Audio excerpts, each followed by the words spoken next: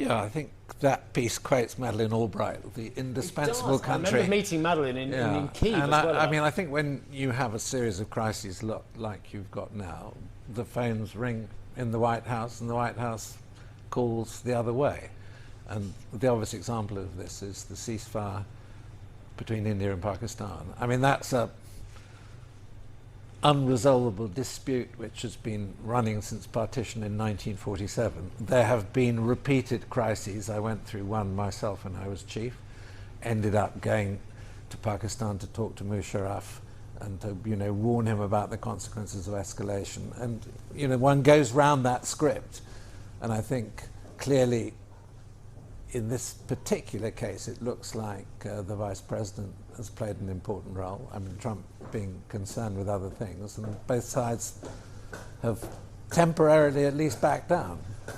Richard, there are all too many huge flashpoints that exist at the moment and could exist in future. And of course, one of the future ones that everyone seems to be most worried about is China, Taiwan, US, and what's going on there. But flashpoints that we have at the moment, the US is finding very hard to get some form of resolution on, of course, Gaza and Ukraine as well. If we can start on the latter of those, because I think it's the one that's probably the most newsworthy, dare I say it, at the moment, where there's the hope that Vladimir Putin will join Volodymyr Zelensky and possibly Trump in Istanbul. Do you have any hope that that can lead to a resolution? Well, I'm sceptical that Putin will turn up. If he turns up, he's treating Zelensky as an equal. His whole policy is not to recognize the independence of Ukraine. There doesn't seem to be any reverse gear that Putin has on his Ukraine policy. He's still going for broke in terms of some sort of settlement. And basically, you don't negotiate a ceasefire. You have a ceasefire, then you negotiate. So I think that it's put Putin in a difficult position.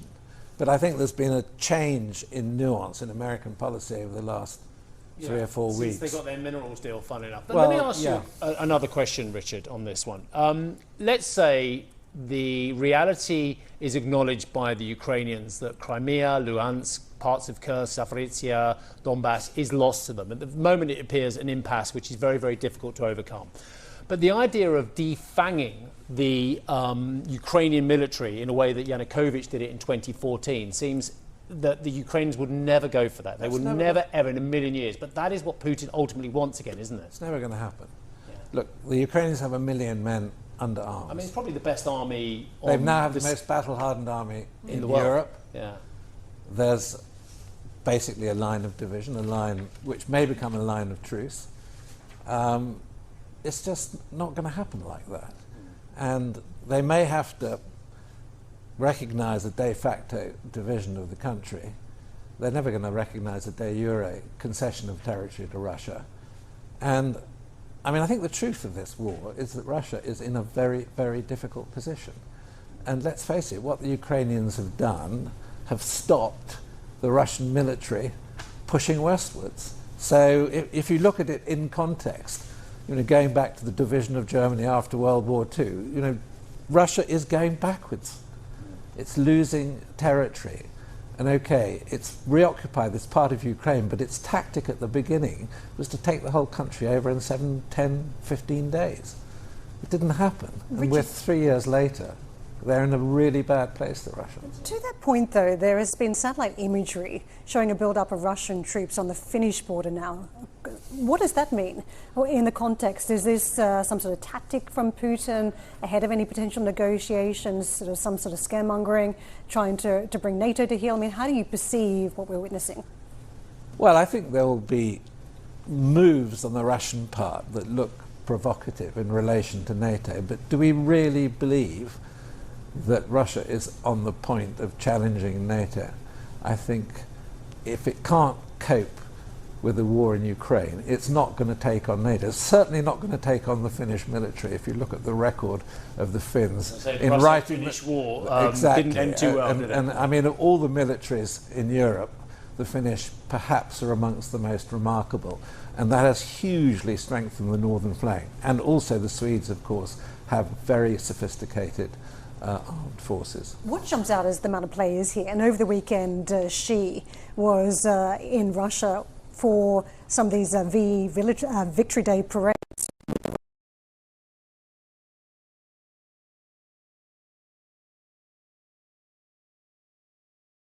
Be some sort of a peace agreement in Ukraine? Do you think it was hands off completely? It was all about commerce? I mean, how do you think about what the Chinese I think China's position on Ukraine is equivocal.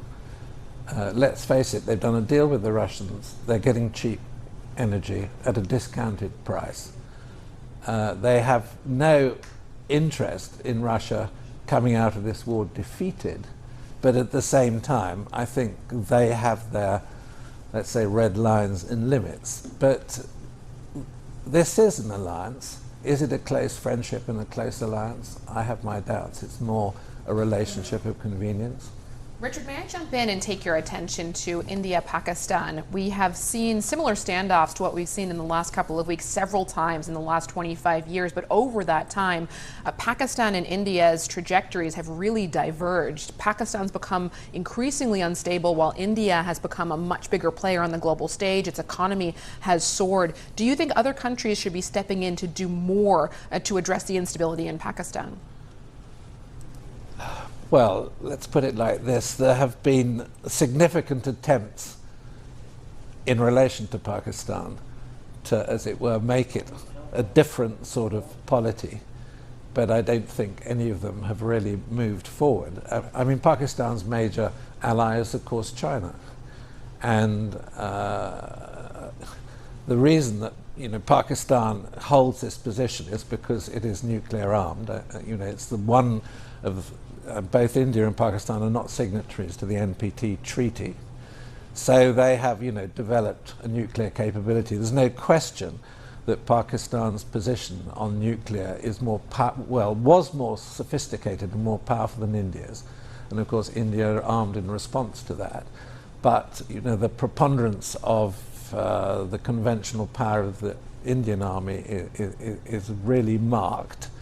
And well, let's face it, Pakistan is something of a political, I was going to use the word mess, but it is unstable, it's a difficult country, and of course it's played a questionable role in relation to problems like Afghanistan. It's a destabilizer, basically, in the region, but no one's succeeded in sorting that out. We very much benefited from your expertise, and I think the audience has too, so thank you very much for joining us today. Thank you. Richard Dearlove with us.